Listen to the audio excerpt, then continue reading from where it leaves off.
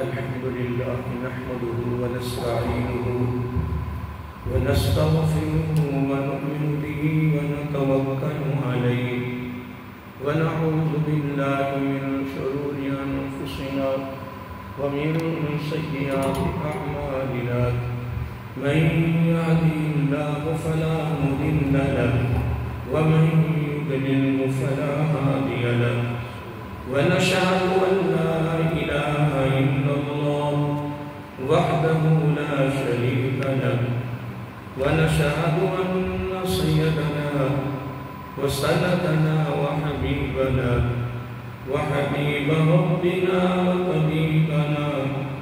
وطبيب قلوبنا ورحيمنا وكريمنا وملجانا ومأوانا ووكيلنا وكفيلنا ووسيلتنا ومولانا محمد المصطفى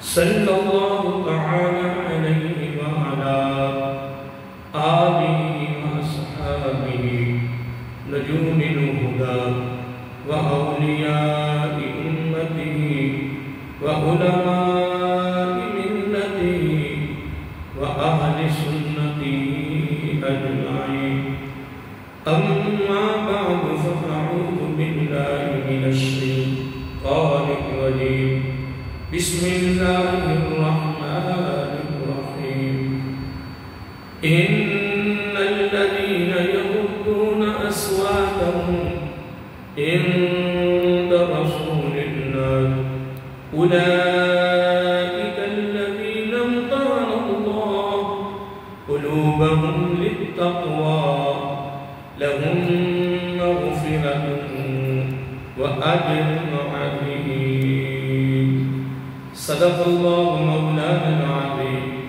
وصدق رسوله النبي الكريم ونحن على ذلك لمن الشاهدين والشاكرين والحمد لله رب العالمين سبحانك لا علم لنا إلا ما علمتنا إنك أنت العليم الحكيم الصلاة والسلام عليك يا سيدي يا رسول الله الصلاة والسلام عليك يا سيدي يا حبيب الله الصلاة والسلام عليك يا سيدي يا نبي الله وعلى آلك وصحابك يا سيدي يا نور الله يا خاتم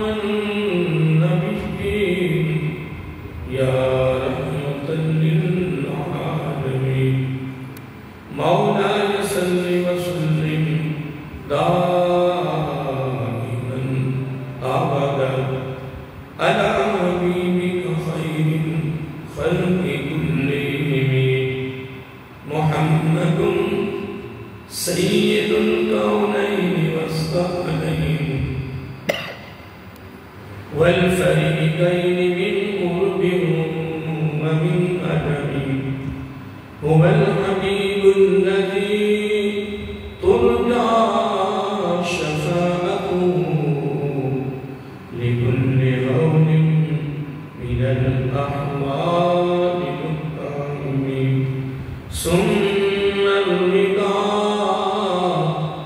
عن أبي بكر وعن عمر وعن علي وعن عثمان ذي الكرم نہایت ہی واجب الاحترام محترم مکرم معزز سامعین حضرات اور عزیزان گرامی قدر اللہ رب العزت کی حمد و ثنا اور حضور نبی کریم صلی اللہ علیہ وآلہ وسلم بارگاہ عالیہ مقدسہ میں نذرانہ ہے درود و سلام خالق کائنات کا بے پناہ کرم ہے اور اس کی خصوصی مہربانی ہے کہ اس نے ہم سب کو اپنے پیارے محبوب علیہ السلام کی امت میں پیدا فرمایا، اور خالق کائنات کا ہمارے پر بہت بڑا احسان ہے کہ اس نے اپنی توفیق اور اپنے محبوب علیہ السلام کے توسط سے ایمان جیسی عظیم الشان نعمت سے مالامال فرمایا۔ حضرات محترم، گزشتہ جمعہ پر میں نے سورۃ الحجرات کی آیت نمبر 3 کے حوالے سے یعنی اجتماعی طور پر مشترکہ یعنی مختصر سے وقت میں آقا علیہ السلام کے تمام صحابہ کرام رضی اللہ عنہم اجمعین کے حوالے سے میں نے گفتگو کی تھی۔ ویسے تو پورا قرآن مجید صحابہ کرام کی عظمت کے حوالے سے بھرا پڑا ہے،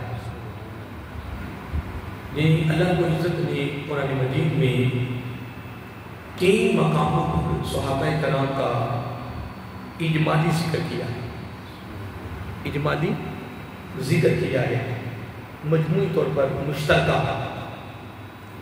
اگر ہم اس پروگرام کو چلاتے ہیں اور قرآن مجید اللہ کے کلام میں سے ساری جتنی آیات اللہ رب العزت نے صحابہ کرام کی عظمت کے حوالے سے مختلف مقاموں کے حوالے سے جو قرآن مجید میں نازل کی ہیں، اگر ان تمام آیات پر اگر صحابہ کرام کا اجمالی ذکر کیا جائے تو اس کے لیے بڑے وقت کی ضرورت ہے۔ پھر ہر آیت کے اندر بے شمار نکتے ہیں، عظمت کے حوالے سے، رفت کے حوالے سے، شان شوکت کے حوالے سے، قدر و منزلت کے حوالے سے، اللہ تعالیٰ کی بارگاہ میں مقام کے حوالے سے بے شمار اس کے اندر نکتے ہیں۔ اور جب بندہ قرآن مجید کا یہ خاصہ ہے، اللہ تعالیٰ کے کلام کا یہ خاصہ ہے کہ جب بندہ قرآن مجید میں تدبر کرتا ہے، یعنی اس میں غور و فکر کرتا ہے، جس کو ہم ریسرچ کہتے ہیں، تو اللہ تعالیٰ اس بندے کا ذہن کھول دیتا ہے، پھر وہ چلتا جاتا ہے۔ بندے کی زندگی بیت سکتی ہے لیکن اللہ تعالیٰ کے کلام کی ایک ایک آیت کے جو نکات ہیں وہ مکمل نہیں ہو سکتے۔ اب قرآن مجید پر جب سے تفسیریں لکھی جا رہی ہیں، پتہ نہیں کتنی ہزاروں تفسیریں لکھی جا چکی ہیں، اور آج بھی لکھی جا رہی ہیں اور قیامت تک لکھی جائیں گی۔ ہر ایک نے اپنے اپنی رسد اپنے علم کی بساط کے مطابق تفسیریں یعنی لکھی ہیں اور ایک ایک آیت میں ہم نے تفسیرہ کیا ہے۔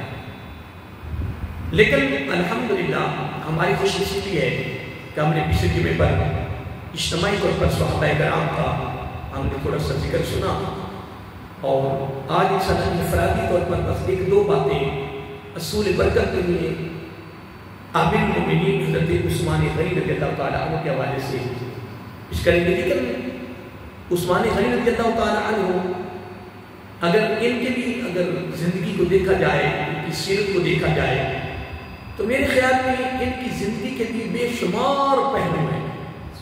کیا بے شمار پہلو ہیں۔ امیر المومنین حضرت عثمان غنی رضی اللہ تعالیٰ عنہ آپ کی زندگی کے یعنی بے شمار پہلو ہیں، بے شمار گوشے ہیں، بے شمار کہتے ہیں، اور جس پہلو کو بھی لے لیں گے میرے خیال میں ہمارے بس کی بات نہیں ہے کہ ہم اس کو مکمل کر سکیں۔ اللہ تعالیٰ کا یہ خاص کرم، اس کا فضل، اس کی مہربانی ہے کہ وہ ہمیں یہ توفیق دے رہا ہے کہ ہم ان عظیم ہستیوں کا ذکر اپنی زبان پر لاتے ہیں. یہ اللہ تعالیٰ کا خاص کرم ہے. تو صرف اصول برکت کے لیے صرف اصول برکت کے لیے بس ایک دو باتیں ہم نے ان کے حوالے سے کرنی ہیں، کیونکہ اگر ہم ان کے کسی پہلو کو بھی لیتے ہیں نا، کسی پہلو کو بھی لیتے ہیں تو ہم اس کو مکمل نہیں کر سکتے. ہم اس کو بولیے مکمل نہیں کر سکتے. تو میں یہ عرض کر رہا تھا، اگر دیکھا جائے کہ جب وہ اسلام میں داخل ہوئے اس کا ایمان لانا نمبر 2، پھر آقا علیہ السلام کی شریعت پر چلنا، پھر آپ کا زہد و تقویٰ، خوف خدا، عبادت و ریاضت، خدمت اسلام، خدمت انسانیت. پھر سب سے بڑی بات یہ ہے کہ جب تک آپ حاکم رہے اور آپ کے اگر حاکم بننے پر اگر نظر دوڑائی جائے تو یقیناً وہاں سے بے شمار بندے کو لوگات ملتے ہیں اپنی زندگی کو بنانے کے لیے، زندگی کو سنوارنے کے لیے. اور یقیناً وہ لوگ خوش نصیب ہیں کہ جن کا الحمدللہ آقا علیہ السلام کے تمام صحابہ کرام اور تمام اہل بیت جتنے بھی آقا کے گھر والے ہیں سب کے ساتھ محبت، آقا علیہ السلام کے ٹوٹل تمام صحابہ کرام کے ساتھ محبت. یہ ہماری خوش نصیبی ہے الحمدللہ. اس میں کوئی شک نہیں ہے، اس میں کوئی شک نہیں ہے. اب اللہ تعالیٰ کا شکر ادا کیا کریں کہ اللہ رب العزت نے آپ کو یہ دولت اور یہ نعمت، بلکہ میں کہوں گا یہ رب کی طرف سے بہت بڑا انعام ہے جو رب اللہ تعالیٰ نے ہمیں عطا فرمایا ہے.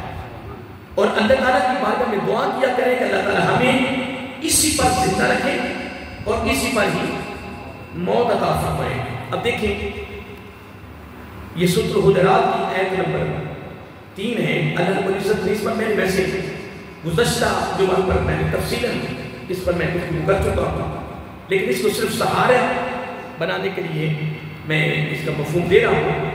اللہ رب العزت نے شروع میں تاکید لا کر فرمایا اِنَّا بے شک، اس میں شک نہیں ہے کہ وہ لوگ جنہوں نے اللہ تعالیٰ کے رسول کی بارگاہ میں جب حاضر ہوتے ہیں تو اپنی آوازوں کو آہستہ رکھتے ہیں، پرست رکھتے ہیں. یغضون اصواتهم عند رسول اللہ، جب اللہ کے رسول صلی اللہ علیہ وسلم کی بارگاہ میں حاضر ہوتے ہیں تو وہ اپنی آوازوں کو اللہ تعالیٰ کے رسول صلی اللہ علیہ وسلم کی آوازوں سے، اپنی آوازوں کو ان کی آواز سے آہستہ رکھتے ہیں. یغضون کا لفظ آتا ہے.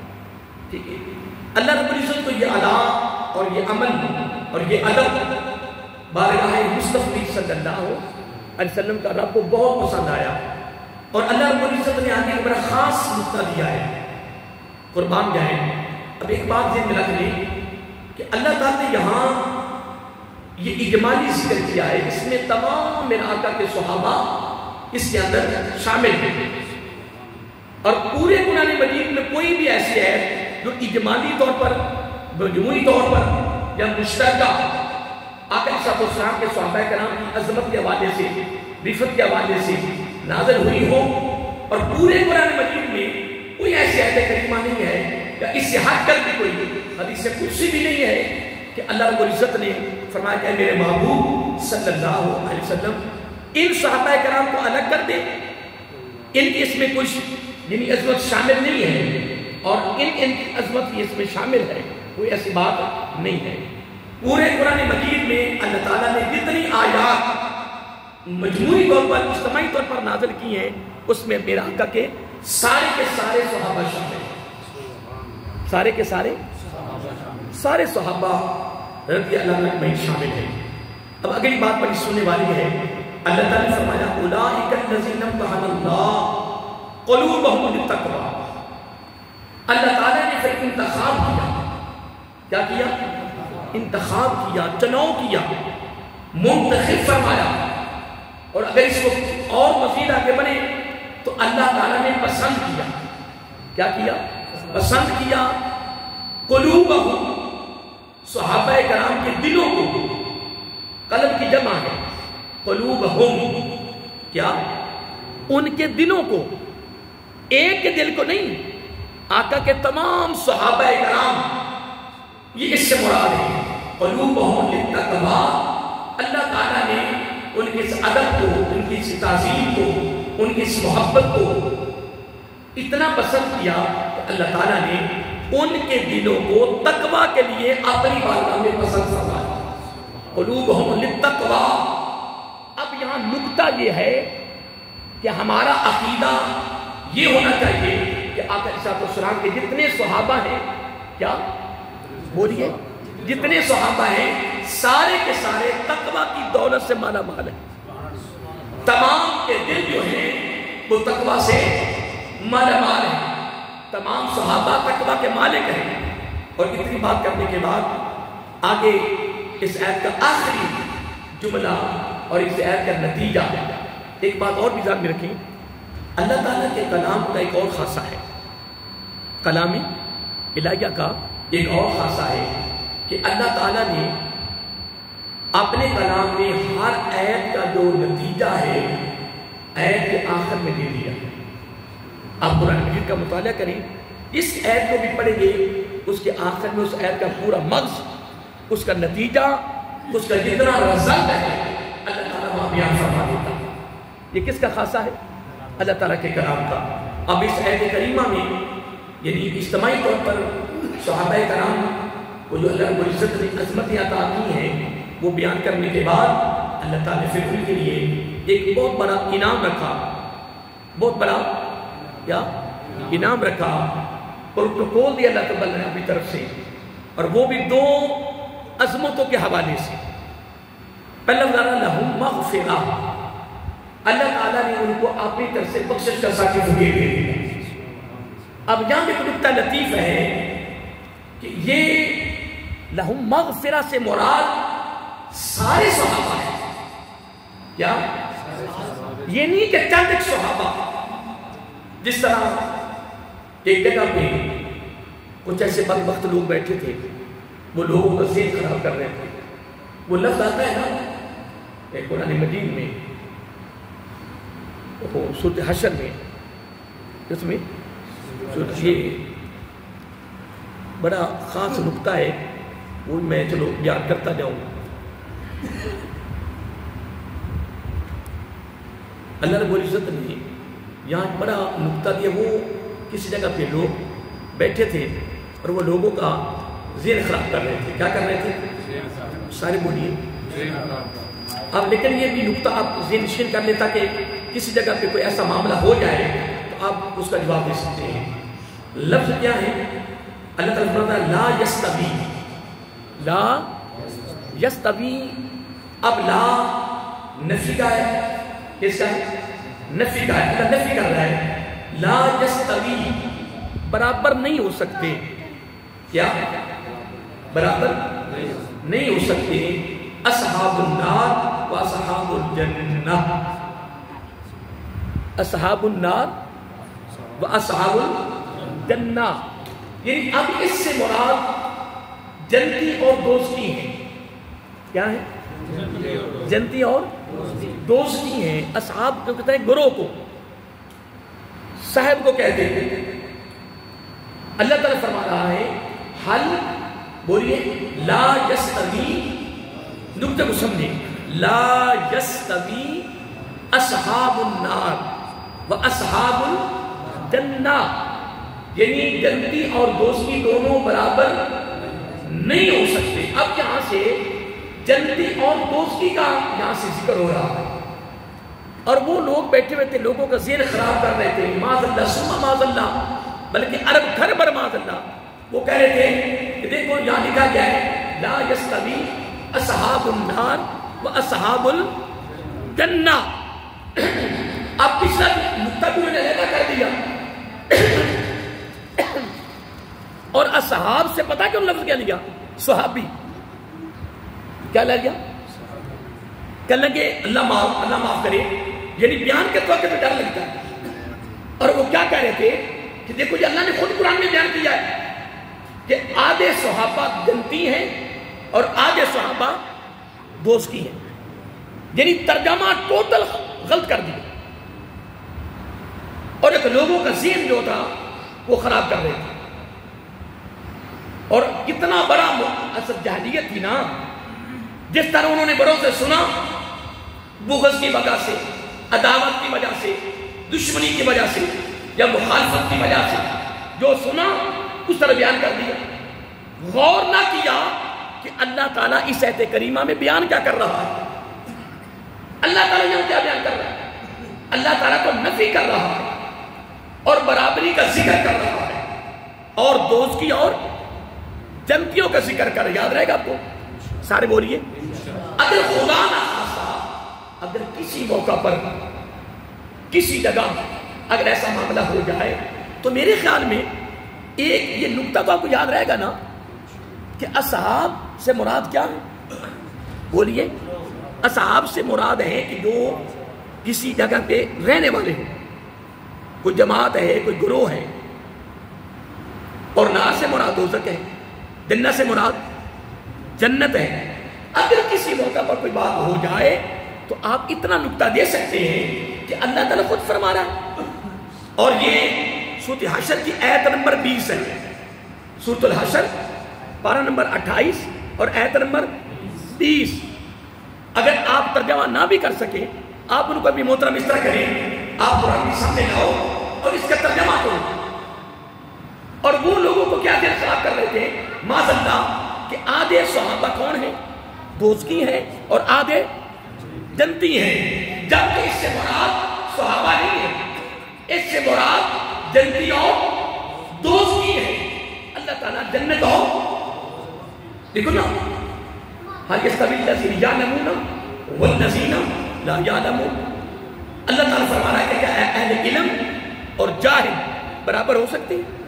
اور اگر آپ سورۃ فاطر، سورۃ 22واں پارہ اگر سورۃ فاطر نکالیں، اس میں اللہ رب العزت نے سائے کا، دھوپ کا، نبینے کا، آنکھوں والے کا، سردی کا، گرمی کا، آگ کا، پانی کا، اللہ رب العزت نے یہ نکتے سارے برابری کے بیان کر کے بندے کو سمجھایا کہ اگر سایہ، دھوپ، نبینا، نظر والا، دوزخ، جنت، سردی، گرمی، آگ، پانی، اگر یہ برابر نہیں ہو سکتے تو پھر نیکی کرنے والا اور نہ کرنے والا برابر نہیں ہو سکتے۔ اللہ رب العزت نے وہاں بندے کو سمجھانے کے لیے بیان کیا۔ بدقسمتی ہماری ہے کہ ہم قرآن کے قریب نہیں آ رہے، قرآن سے ہماری وابستہ ہی نہیں ہو رہی، قرآن سے جڑ نہیں رہے، قرآن سے کچھ حاصل نہیں کر رہے۔ دیکھ کتنا بڑا کلام ہے۔ اسی محترم اللہ رب العزت نے یہاں آیت نمبر 20 میں جنتی اور دوزکی کا ذکر کیا ہے، اس سے مراد صحابہ کرام نہیں ہے۔ یہ نکتہ آپ نے بھلانا نہیں ہے۔ کسی جگہ بھی ایسا موقع آ جائے، دعا کرو کہ اللہ تعالیٰ ہمیں زندگی کی آخری سانس تک آقا کے سارے گھر والے، تمام صحابہ کرام کی محبت نصیب فرمائے، اور زندہ بھی لگے ہو اسی پر اور موت بھی آئے تو اس پر۔ آئیے واپس، اللہ رب العزت نے یہاں اولئک الذین امتحن اللہ قلوبہم للتقوی، اللہ رب العزت نے تقوی کے لیے کسی 1 2 4 ہزار 2000 صحابہ کرام نہیں، میرے آقا علیہ السلام کے چہرہ انور کو جس نے ایمان کی حالت میں تکا، دیدار کیا اور اسی پر زندہ رہا اور اسی پر اس کا انتقال ہوا۔ اب اس سے سارے صحابہ مراد ہیں کہ اللہ رب العزت نے تمام صحابہ کراموں کے دل کو اللہ رب العزت نے اپنے تقوی کے لیے پسند فرما لیا۔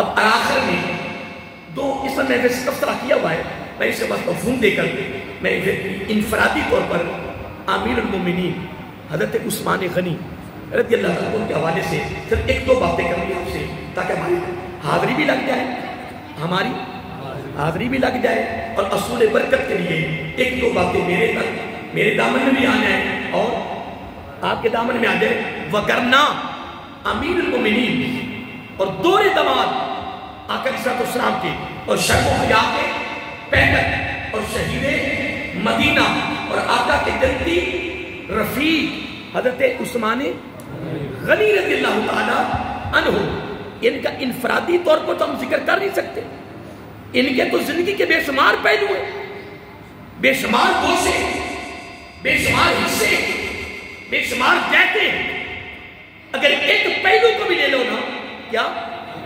ایک پہلو کو لے لو تو میرے خیال میں اس کو مکمل نہیں کر سکتے. اس لیے صرف اجتماعی طور پر آخر میں آپ نے فرمایا لہم مغفرہ. پھر ان کو جو میں نے پروٹوکول دیا ہے، انعام دیا، وہ کیا ہے؟ میں نے تمام صحابہ کرام کی بخشش فرما دی.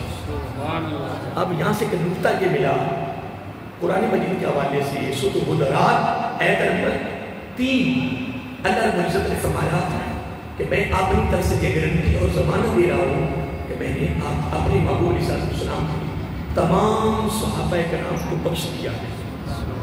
بولیے، میرا آقا کے تمام صحابہ بخشے ہوئے ہیں. کیا ہے؟ بخشے ہوئے ہیں، مومن ہیں، جنتی ہیں. یاد رہے گا؟ آگے بڑھیے. اتنی بات کرنے کے بعد آگے ہم نے فرمایا وَأَجْرٌ عَظِيمٌ. پھر میں نے ان کے لیے اجر عظیم رکھا ہے. دیکھو جب لہم مغفرہ، جب بخشش ہو گئی تو آگے کو بیان کرنے کی ضرورت نہیں ہے، لیکن اللہ تعالیٰ نے اس کو الگ بیان کیا کہ میں نے بخشش بھی کر دی ہے. وَأَجْرٌ عظیم، میں نے ان کو اپنی طرف سے اجر عظیم کا سرٹیفکیٹ بھی دے دیا ہے. اب میں اجر عظیم کے بارے میں جو میں نے پڑھا ہے، آپ نے علماء سے سنا ہوگا، پڑھا ہوگا کہ وہ اجر عظیم سے جو انعام مراد وہ ہے کہ اللہ تعالیٰ تمام صحابہ کرام کو جنت میں بے حجاب بے پردہ اپنا دیدار نصیب فرمائے. ویسے تو یہ بھی حدیث پاک میں آتا ہے، قربان جائے. ہاں کچھ مفسرین نے یہ بھی لکھا ہے کہ وہ اجر عظیم سے مراد یہ ہے کہ قیامت کو تمام آقا علیہ السلام کے جو صحابہ ہیں وہ بغیر حساب و کتاب کی جنت میں جائیں گے. اس سے یہ بھی مراد ہے.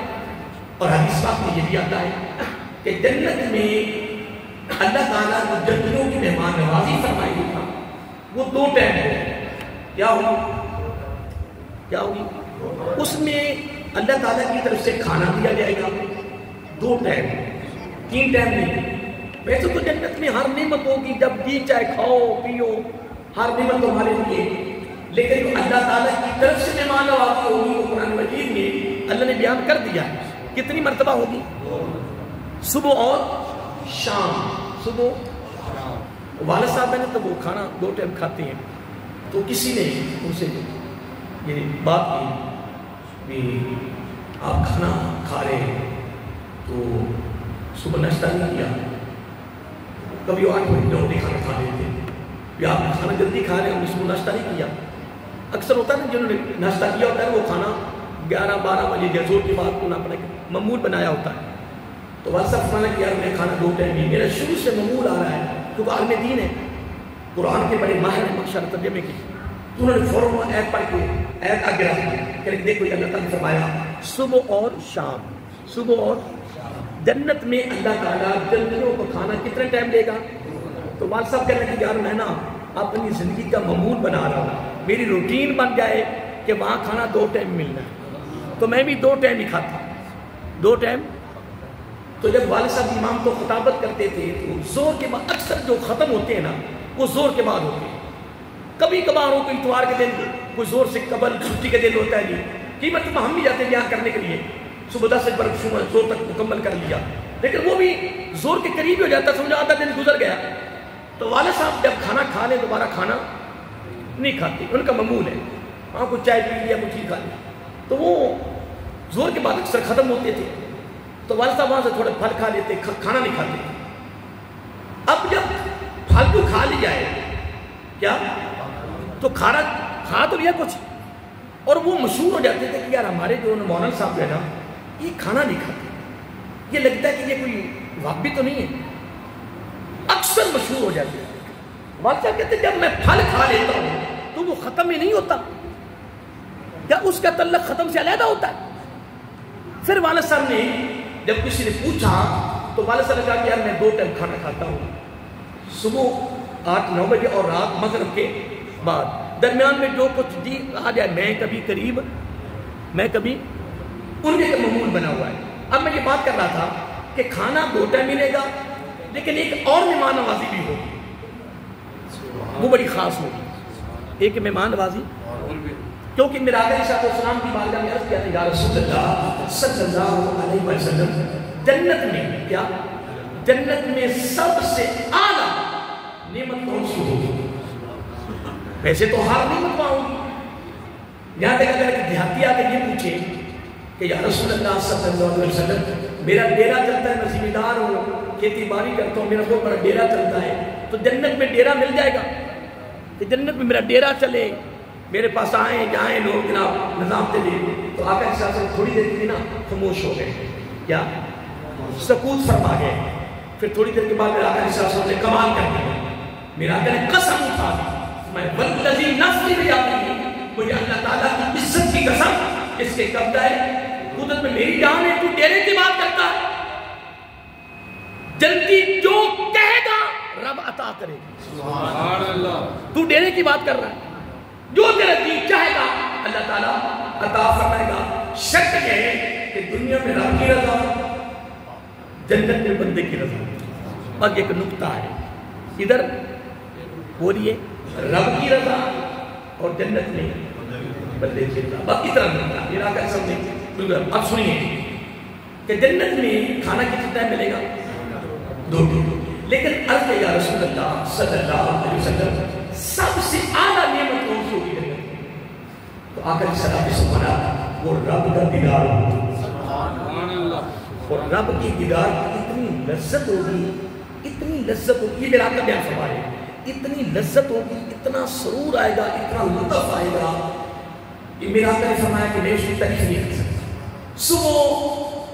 صبح ہوتے ہی بے حجاب بے پردہ رب اپنا دیدار کرا دے گا، شام تک بندہ لذت محسوس کرتا رہے گا.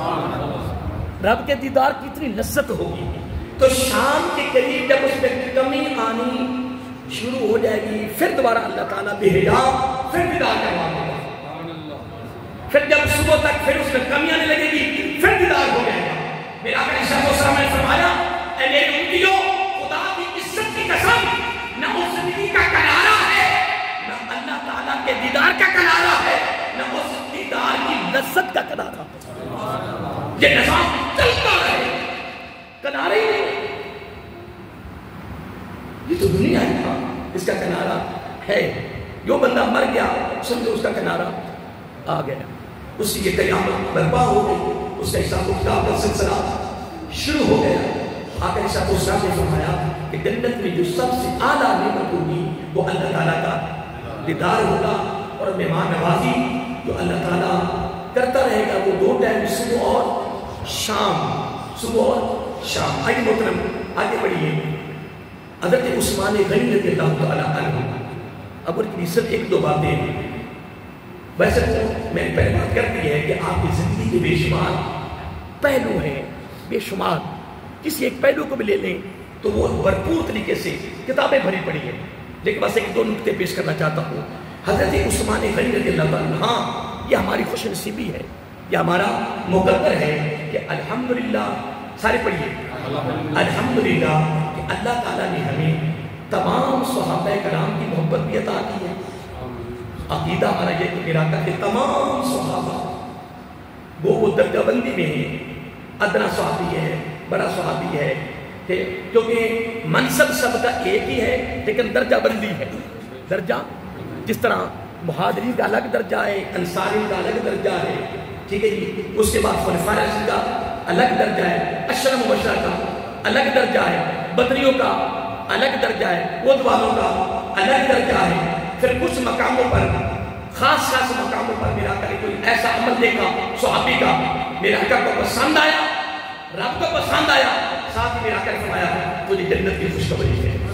جبکہ وہ جنتی ہے، جبکہ ہمارا عقیدہ ہے کہ آقا علیہ السلام کے تمام صحابہ مومن بھی ہیں، جنتی بھی ہیں. دیکھیں اس آیت کریمہ میں بھی اللہ رب العزت نے جب ان کے دلوں کو تقویٰ کے لیے پسند کیا تو اس سے میرے آقا کے تمام صحابہ، اس سے جناب مراد 1-2 صحابی نہیں ہے یا 2-4 ہزار صحابہ نہیں ہے.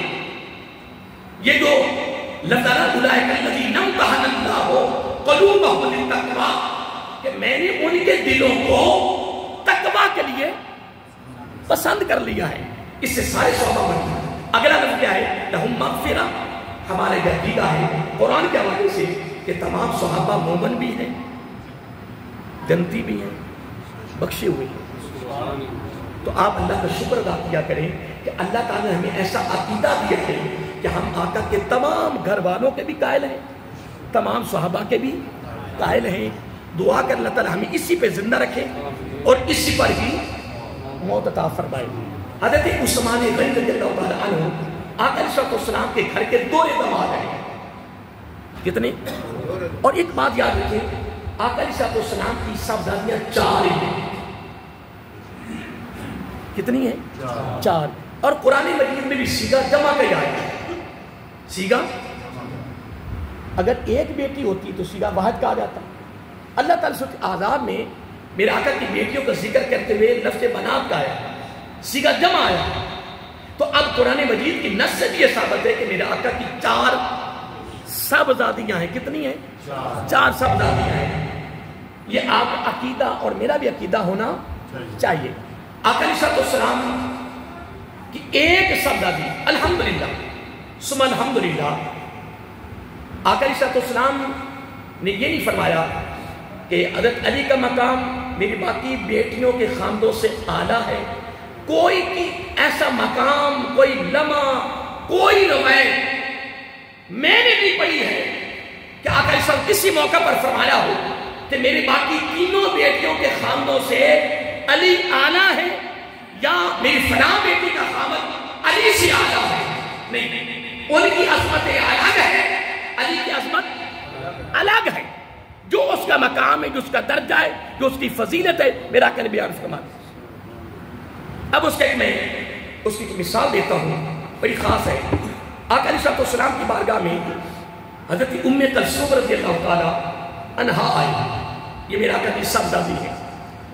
آقا علیہ السلام کی پہلی بیٹی حضرت رقیہ، ویسے بڑی بیٹی تھے زینب رضی اللہ تعالی عنہا. دوسری بیٹی حضرت رقیہ رضی اللہ تعالی عنہا. اب اس کا نکاح حضرت عثمان غنی رضی اللہ تعالی عنہ سے ہوا اور وہ بھی رب کے حکم سے ہوا ہے. وہ بھی رب کے حکم سے ہوا ہے. حضرت رقیہ رضی اللہ تعالی عنہا کا وصال ہوا تو حضرت عثمان غنی رضی اللہ تعالی عنہ مسجد نبی شریف کے کونے میں اکثر ہویا کرتا. جو میں نے پڑھا ہے، جو میں نے روایات میں پڑھا ہے، اکثر ہوتے اور اپنے باری تعالیٰ تیرے محبوب علیہ السلام سے تو میری نسبت قائم ہو چکی تھی اس حوالے سے، اور وہ بھی جدا ہو گئی. اب یہ کیونکہ آپ کی قربانیاں بہت زیادہ تھیں. کس کے لیے بولیے؟ باشا سنتے رہتے، پڑھتے رہتے.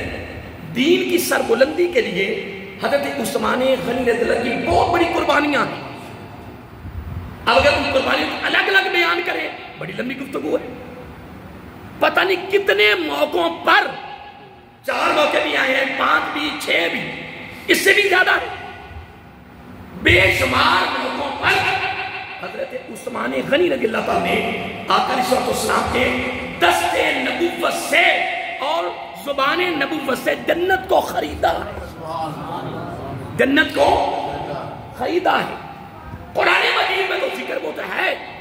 آقا علیہ السلام نے فرمایا یہ کام کون کرے گا اور مجھ سے جنت لے. عثمان غنی کھڑے ہو گئے. یہ کام کون کرے گا؟ میں ان کاموں کا نام نہیں لے رہا، ان کاموں کا نام نہیں لے رہا. اگر کوئی یہ کون کرنا چاہے، اس لیے کون خرچ کرتا ہے، آپ کھڑے ہو گئے، جنت مل گئی، فلاں جنت مل گئی. تم کتنے مقاموں پر حضرت عثمان غنی رضی اللہ تعالیٰ. اور غزوہ تبوک کا جب موقع آیا، غزوہ بولیے، ہزاروں کی تعداد میں اپنے اونٹ پیش کرتے، سامان سے لگے ہوئے ہزاروں اشیاء پیش کرتے. اور اگلا جملہ بڑا سننے والا ہے کہ یہ سارا کچھ پیش کیا، پھر پوری آدھی جنگ کا خرچہ بھی دے دیا. پھر آقا علیہ السلام نے غزوہ تبوک کے موقع پر فرمایا، غزوہ تبوک کے موقع پر فرمایا آج کے بعد کوئی عمل بھی میرے عثمان کو نقصان نہیں دے گا. آج کے بعد کوئی عمل بھی میرے عثمان کو نقصان نہیں دے گا. یہ میرے آقا کے الفاظ ہیں، کلمات ہیں. اب توجہ طرف جملہ سن لیں. آقا علیہ السلام کی بارگاہ میں ایک موازنے کی ایک روایت پیش کر رہا ہوں. کس کی؟ موازنے کی. آقا علیہ السلام جب پہلی صاحبزادی کا انتقال ہوا تو پھر حضرت جب آپ رویا کرتے تو اللہ تعالیٰ نے وہی کے ذریعے فرمایا میرے محبوب صلی اللہ علیہ وسلم اپنی دوسری صاحبزادی حضرت ام کلثوم رضی اللہ تعالیٰ عنہا کا نکاح بھی ان کے ساتھ کر دیجیے. جب ان کا وصال ہوا تو آپ نے سنا بھی ہوگا پڑھا بھی ہوگا, بڑی مشہور روایت ہے. ایک روایت میں 100 بھی آتا ہے اور ایک روایت میں 40 بھی ہے. کتنی؟ 40 بھی ہے. آقا علیہ السلام نے فرمایا اگر میری اتنی صاحبزادی بھی ہوتی, اگر میری اتنی صاحبزادی ہوتی وصال کرتی جاتی اور میں عثمان غنی کے نکاح میں دیتا جاتا. اس سے بڑی فضیلت کیا ہو سکتی ہے؟ اس سے بڑا مقام کیا ہو سکتا ہے؟ اب یہ موازنہ میں بیان بعد میں کرتا ہوں. ایک نکتہ بڑا خاص آ رہا ہے. آقا علیہ السلام 1400 صحابہ کرام کے ساتھ کتنے؟ اب عمرے کی نیت سے مکہ المکرمہ جا رہے تھے. کہاں جا رہے تھے؟ بولیے. وہاں جا رہے تھے اور صحابہ کرام کو وہاں روکا گیا. صحابہ کرام کو وہاں روک دیا گیا. حضرت عثمان غنی رضی اللہ تعالیٰ کو سفیر بنا کر دیا مذاکرات کے لیے, اور خبر کے پہنچی کہ حضرت عثمان غنی رضی اللہ تعالیٰ کو شہید کر دیا گیا. کیا آقا علیہ السلام نے فرمایا ہم نے اس وقت تک واپس نہیں جانا جب تک عثمان غنی کا بدلہ نہیں لے رضی اللہ تعالیٰ. اب ان کے بدلہ کے لیے آقا علیہ السلام نے صحابہ کرام سے مشورہ کیا کہ آپ کی کیا رائے ہے. تو تمام صحابہ نے کہا رسول اللہ صلی اللہ علیہ وسلم جو آپ کا حکم ہے ہم ماننے کے لیے تیار ہیں. بولیے ہم ماننے کے لیے تیار ہیں. اب قرآن مجید میں ذکر آ رہا ہے, سورۃ الفتح ہے اور اس کی آیت نمبر 18 ہے. اس کی آیت نمبر 18 اللہ تعالیٰ فرمایا لقد رضی اللہ عن المؤمنین. اب یہاں بڑا خاص نکتہ ہے. بے شک اللہ تعالیٰ ایمان والوں پر راضی ہو گیا. ایمان والوں پر. اب یہاں 1400 صحابہ تھے. کتنے؟ سارے بولیے. 1400 صحابہ وہاں تھے. کتنے؟ سارے بولیے.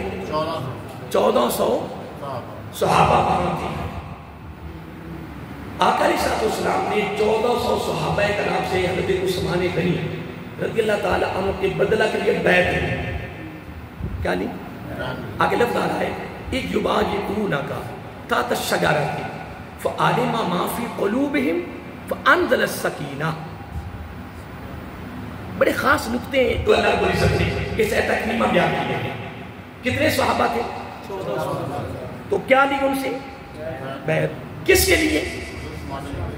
حضرت عثمان غنی رضی اللہ تعالیٰ کے بدلے کے لیے ان سے بیعت لی. اور 1400 صحابہ حضرت عثمان غنی رضی اللہ تعالیٰ عنہ کے بدلہ کے لیے آقا علیہ السلام کی بارگاہ میں جان کا نذرانہ پیش کر رہے ہیں. اور یہاں آقا علیہ السلام نے نیچے اپنا دستِ نبوت رکھا. کیا؟ یہ دستہ بائیں ہاتھ کا. یہ فرمایا اے میرے صحابہ ہاتھ رکھو. آپ میرے آقا کا یہ دستِ نبوت ہے. اور تمام 1400 صحابہ موجود ہیں, انہیں اپنے ہاتھ رکھتے گئے. جب 1400 صحابہ مکمل ہو گئے, بھگت گئے, آقا علیہ السلام نے فرمایا اے میرے صحابہ یہ ہاتھ میرا ہے, 1400 ہاتھ تمہارے ہیں. پھر میرے آقا نے دایاں دستِ نبوت اوپر رکھا. فرمایا لوگوں نیچے میرا ہاتھ, اوپر تمہارے ہاتھ, اور اوپر ہاتھ میرے عثمان کی طرف سے. سبحان اللہ. اب اتنی بات ہونے کے بعد اللہ تعالیٰ نے اس فتح کی یہ شروع میں فرما دیا اے میرے محبوب صلی اللہ علیہ وسلم نیچے تیرا ہاتھ ہے, اوپر صحابہ کا ہاتھ ہے, اوپر عثمان کا ہاتھ ہے. فرمایا اوپر میرا ہاتھ ہے, اوپر میرا ہاتھ ہے. اب ایک طرف سے حفاظت کے لیے رب کا ہاتھ ہے اور ایک طرف سے میرے آقا کا دستِ نبوت ہے. دونوں طرف سے جس صحابی کی حفاظت ہو رہی ہو وہ ادھر بھی عظمت والا ہے, وہ عظمت والا تھا, عظمت والا ہے. تو جب قیامت کو عظمت رفعت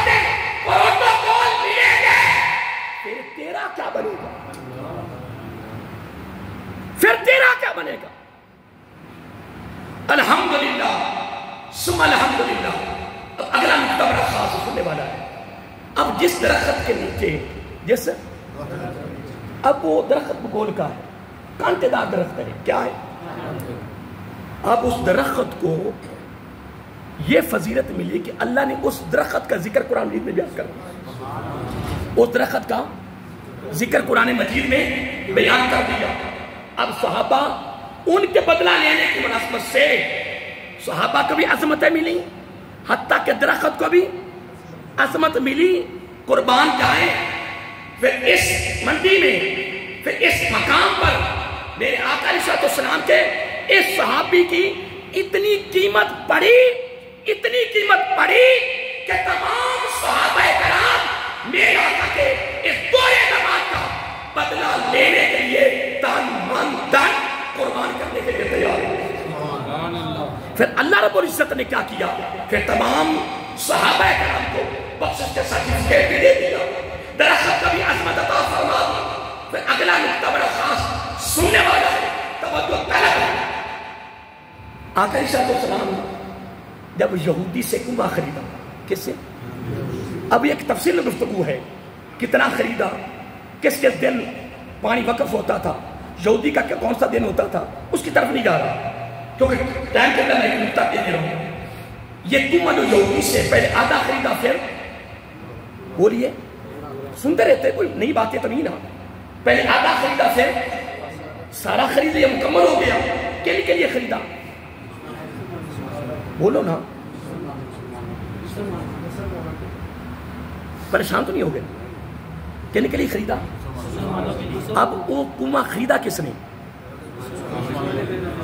پیسہ سارا خرچ کس کا ہوا؟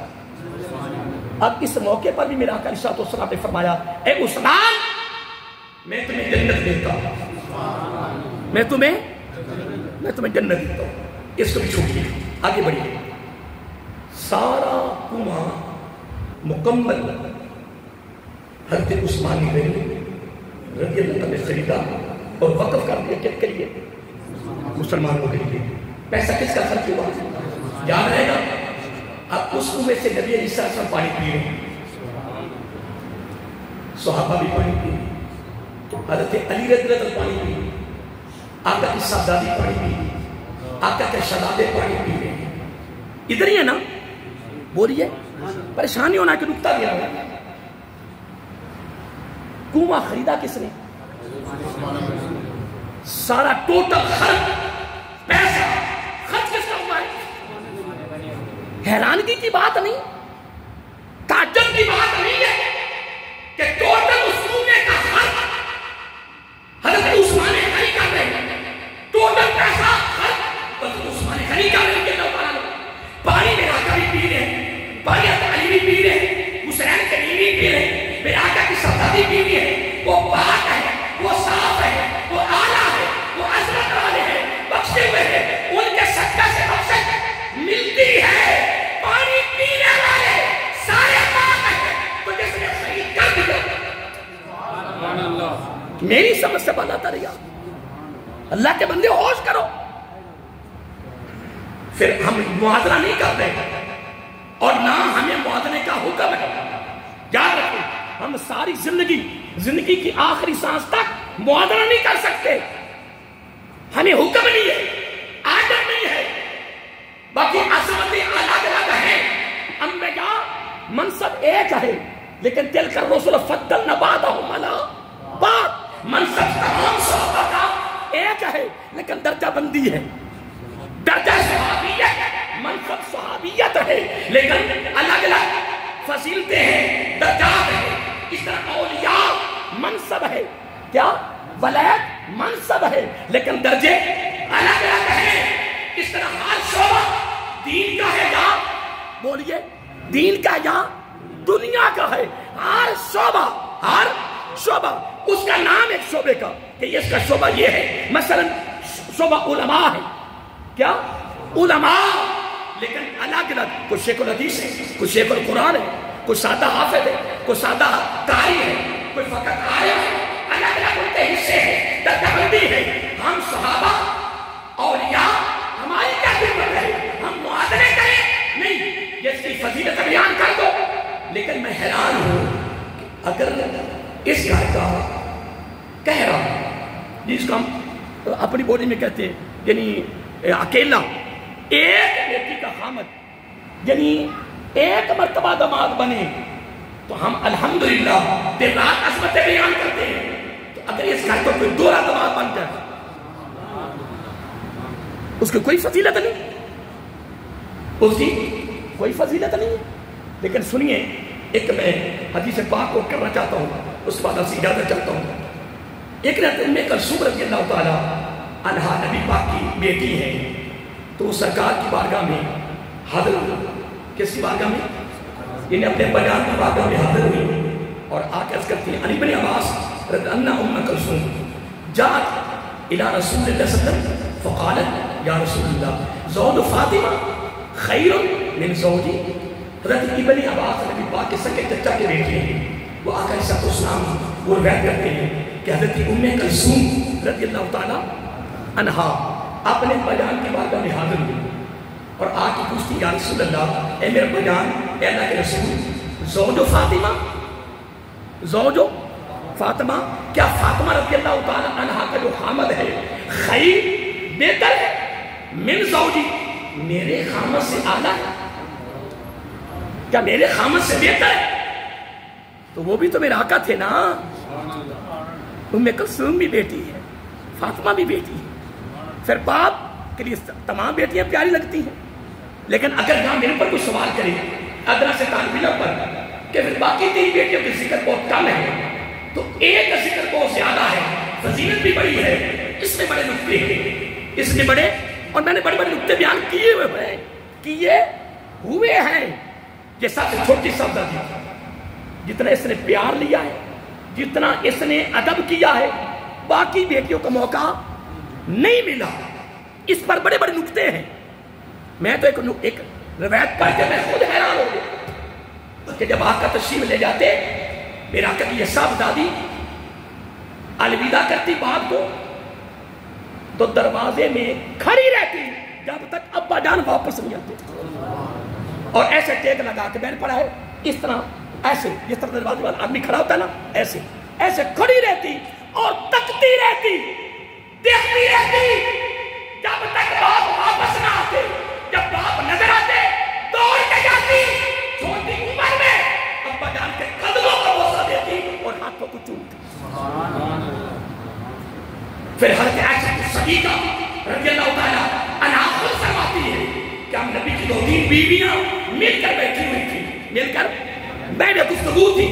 آقا کی صاحبزادی آئی نا, یعنی ہماری بیٹی آئی, تو ہم نے اپنی گفتگو کو ترک کیا اور ادھر متوجہ ہو گئے اور ہم نے آپس میں کہا ایسے لگتا ہے جس طرح نبی پاک خود تو تشریف نہیں لا رہا, یعنی بیٹی کی چال بھی ابا جیسی ہے, چال بھی, یعنی یہ آقا کی صاحبزادی کا کمال یہ تھا کہ آقا سب اس بیٹی نے اپنے ابا جان کی ایک ایک ادا کو ادا کیا ہے, اور یہ ساری فضیلتیں رب کی طرف سے عطا ہوئی ہیں. فاطمہ کو سیدنا سایہ ہے کرنا جلدی ساری آفاتی سردار کا سرٹیفکیٹ, یہ ڈگری, یہ عہدہ, یہ پروٹوکول یہ بھی رب نے عطا دیا ہے. اس واسطے کہ میرے آقا کے صاحبزادی نے اپنے ابا جان کی سیرت کو ایسا بنایا, ایک ادا کو بنا دیا, رب کو پسند آ گیا, رب کو.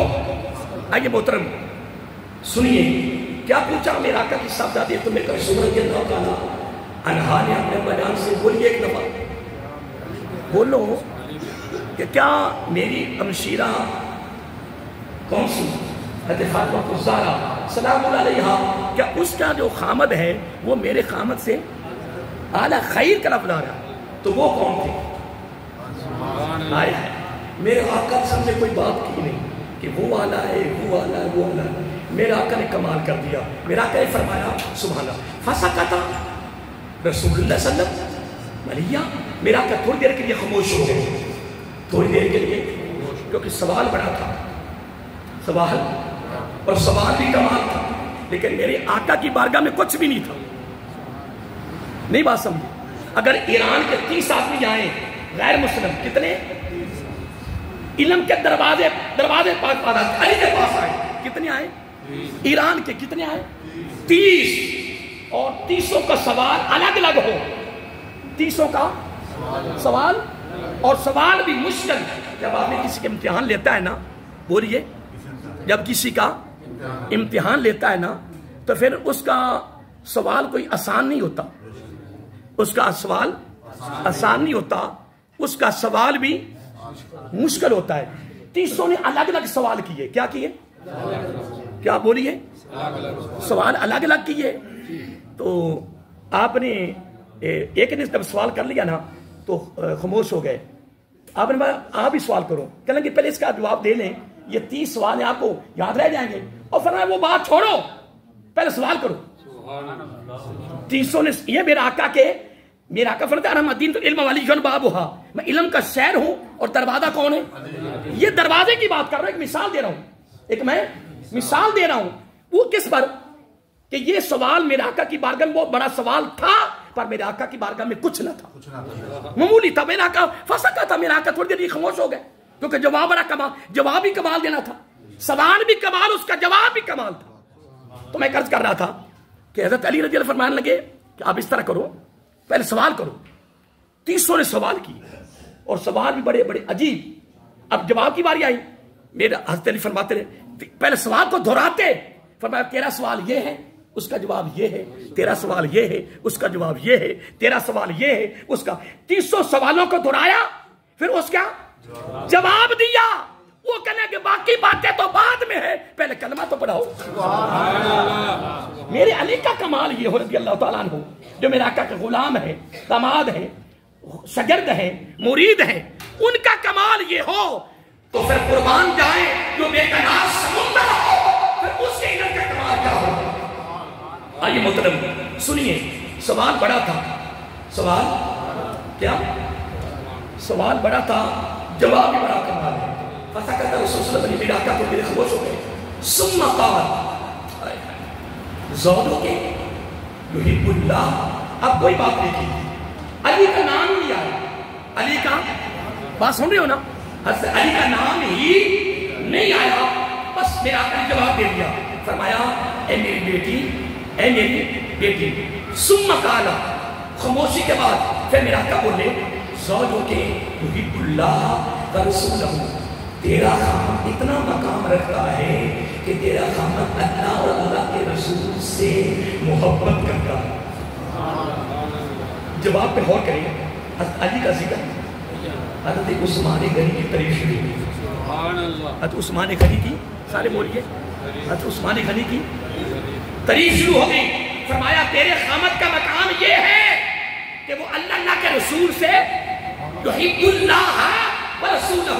پھر فرمایا اے میرے بیٹی آگے سن, وَيُحِبُّ اللَّهُ وَرَسُولُهُ. تیرے خامد کا مقام عظمت رفت یہ ہے کہ تیرا خامد اللہ کے رسول سے محبت کرتا ہے, اللہ کا رسول تیرے خامد کے ساتھ محبت کرتا ہے. یہ ان کے ساتھ محبت کرتا ہے. اور وہ اتنی بات کرنے کے بعد فرمایا وَأَزِيدُ کے, اے میری بیٹی مزید تیرے خامد کی تعریف کروں, وہ عزیز ہو. آگے بڑھاؤں, کیا کا بیان کرو. علی کا بولیے نا, کیسا جواب ہے. حضرت علی کا ذکر ہی نہیں ہو رہا, حضرت عثمان غنی کی تعریف ہو رہی ہے. فرمایا وہ عزیز ہو کے, وہ عزیز ہو کے. آگے مزید رہا کرو, کیا کرے. فرمایا لو قد دخلت الجنہ فرعیت منزلتا لم ترا احدا من اصحابی یعلوہ فی منزلی. اے میری بیٹی, جب تیرا خامد جنت میں داخل ہوگا اور تیرے خامد کو جنت میں وہ مقام ملے گا, وہ عظمت ملے گی جو کسی اور کو نہیں ملے گی, اور وہ سارے صحابہ دیکھیں گے. اتنا بڑا مقام. علی کا ذکر فقط عثمان غنی کی تعریف کر کے جواب دیا. اور آخر میں فرمایا اے میری بیٹی, پتہ تیرے خامد کا مقام کیا ہے؟ کہا کیا ہے؟ فرمایا کل نبی رفیق و رفیقی فی الجنت عثمان. جنت میں ہر نبی کا ساتھی ہوگا, لیکن جنت میں میرا ساتھی تیرا خامد ہوگا. کوئی موازنہ نہیں کیا, کوئی ایسا ذکر نہیں کیا. جو بیٹی نے سوال کیا وہی آپ نے, اس کے والد نے جواب دے دیا. فرمایا تیرے خامن کا مقام یہ ہے، تیرے خامن کا مقام یہ ہے۔ اللہ تعالیٰ ہمیں تمام صحابہ اہل بیت پر یعنی محبت پیار کرنے اور ان کے نقش قدم چلنے کی توفیق عطا فرمائے۔ اللہ تعالیٰ ہم سب کو